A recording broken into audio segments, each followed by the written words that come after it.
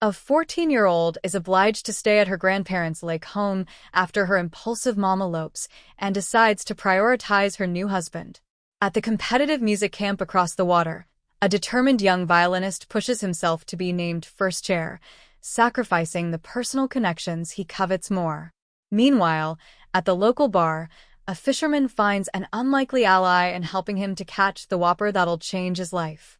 And finally, at a family-run bed and breakfast, two sisters make the most of their summer before the older one heads off to college.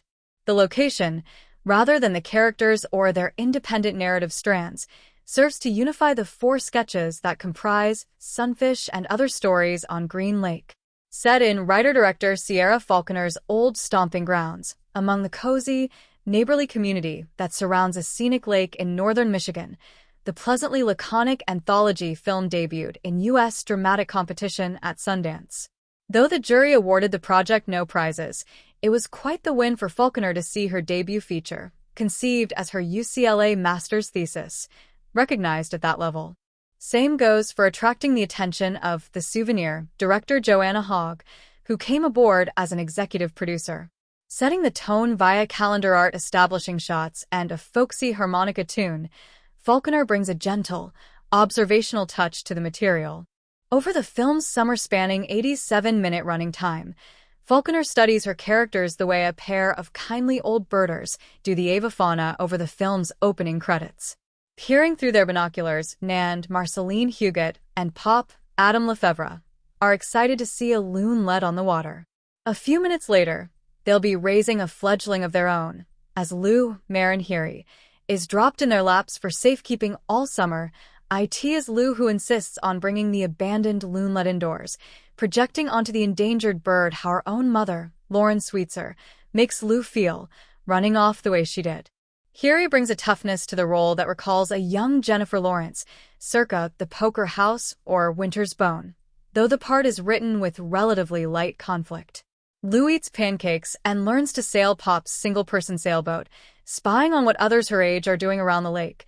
She sees the house-hosting sisters on a trampoline next door, but never engages with them. Before the sort of adversity that might feel a feature can arise, Falconer turns the audience's attention to Jim Kaplan, one of the few Asian American kids at a prestigious band camp, where early success can pave the way for a career as a concert musician.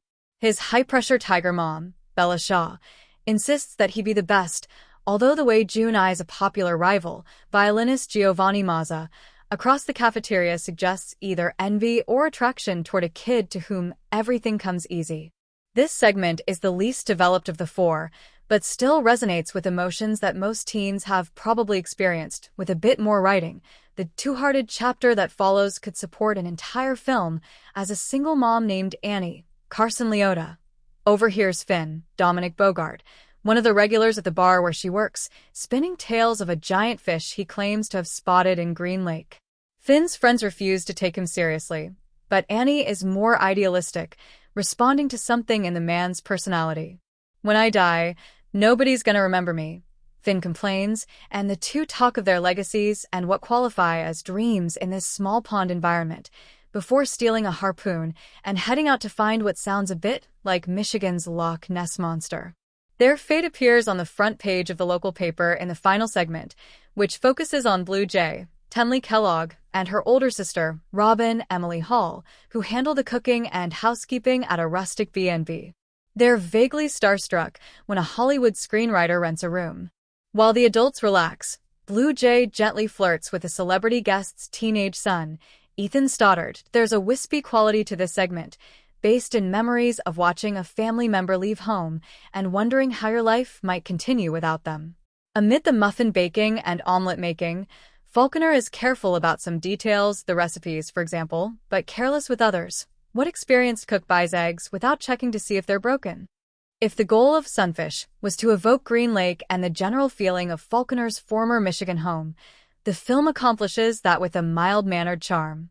And yet, coming from a position where a certain comfort is taken for granted, it lacks the kind of drama one expects from a feature, and that must be just around the corner in every shot. Even mundane challenges like paying the rent and keeping secrets when everyone's nose is in their neighbor's business ought to be more exciting than the 4 vignettes Falconer has chosen.